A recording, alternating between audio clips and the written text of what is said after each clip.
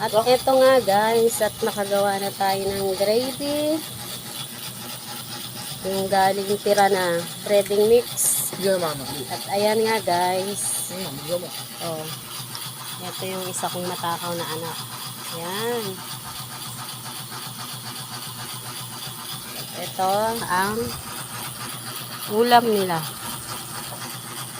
At ngayon ay kakain na kami guys. At ayan, hindi na tayo bibili ng mga pa-order-order. At kahapon ay nagpatayan kami sa kay FC. Ay ngayon, pantusawa na sila guys.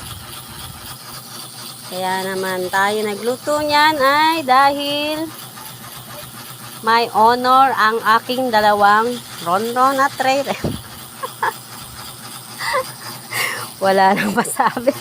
De, pakainin natin sila ng masarap para lalo pa silang tumalino guys. Masisipag silang mag-aral pag nakakakain sila ng mga pagkain na gusto nila. Bye! Yan na, may gravy na tayo.